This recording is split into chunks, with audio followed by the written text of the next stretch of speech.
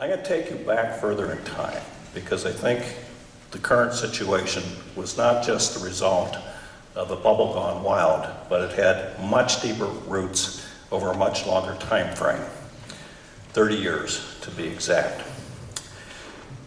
Virtually everyone understands that the economy experiences cycles and that recessions are necessary and essential components. Schumpeter referred to recessions as periods of creative destruction, during which the excesses of the previous expansion, let's get the slide here. There we go.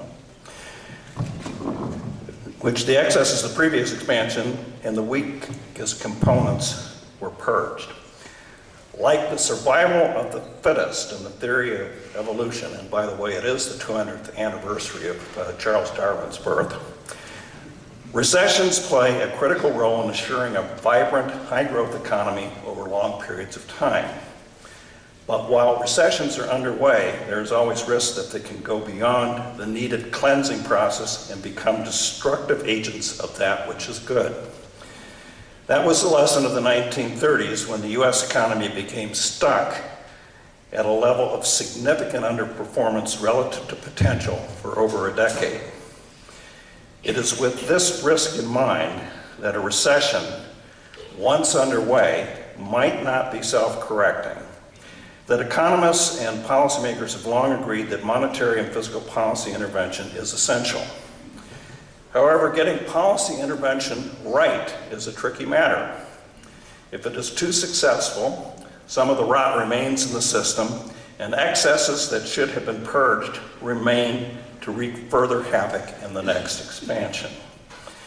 In this regard, I am reminded of the long-standing U.S. Forest Service's policy of preventing forest fires and its enormously successful marketing campaign spokesperson, Smokey the Bear.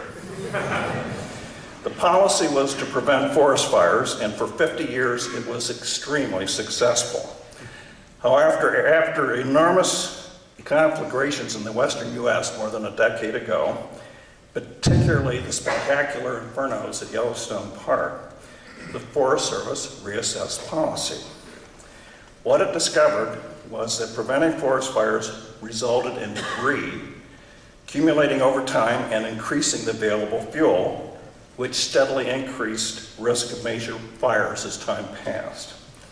The policy also interrupted nature's natural renewal cycle. After the reassessment policy was revised, Smokey the Bear's role was adjusted. Today, policy is aimed at managing forest fires to fit with natural forces, although care is still taken to limit destruction of human life and property. The Forest Service policy failure is apropos of decades of overzealous economic policy intervention. We have been too quick to stanch recessions. When coupled with policies aimed at promoting housing and consumption, we have let the debris build up steadily over decades.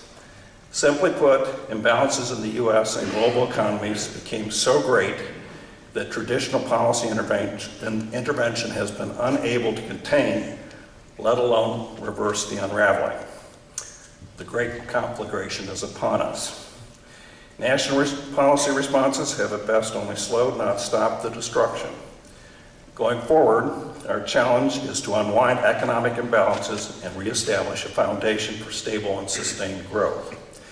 This will be a slow and painful process because the imbalances continue to be enormous.